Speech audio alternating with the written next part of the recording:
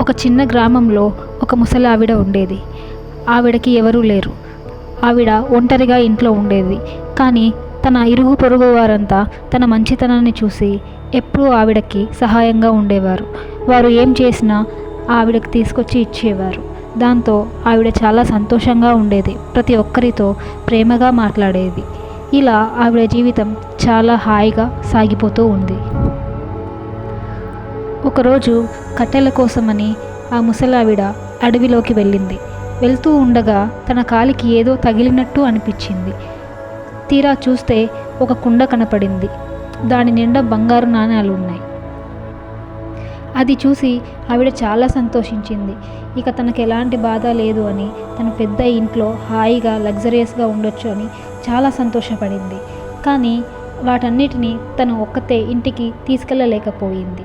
దానికోసం అక్కడున్న కట్టెలతో ఒక చిన్న బండిని తయారు చేసి దాని మీద పెట్టి లాగుతూ తీసుకెళ్ళసాగింది.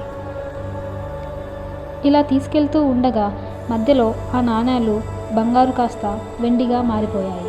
అప్పుడు ఆవిడ ఆగి చూసింది, ఏంటి ఇలా జరిగింది అని. కానీ పర్లేదు, వెండి నాణేలతో కూడా చాలా లగ్జరియస్గా బతకొచ్చు, వీటికి కూడా చాలా విలువ ఉంది అని అనుకొని ముందుకు వెళ్ళసాగింది.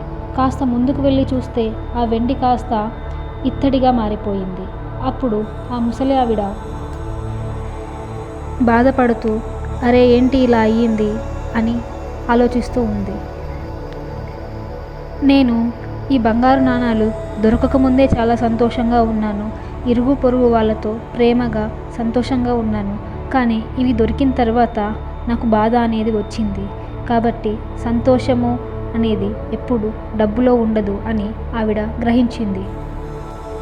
తను చూయించే ప్రేమ ఇరుగు పొరుగు వాళ్ళు తనపై చూయించే ప్రేమలో ఉంటుంది అని, ఒకరికి ఒకరు సహాయం చేసుకోవడంలో ఉంటుంది అని తనకు తెలిసింది.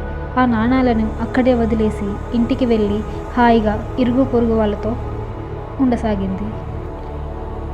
సంతోషం, సాటిస్ఫాక్షన్ అన్నది డబ్బులో ఉండదు. ప్రేమ, ఆప్యాయత మనం ఒకరిని ఎలా చూస్తున్నాం అనే దానిలో ఉంటుంది.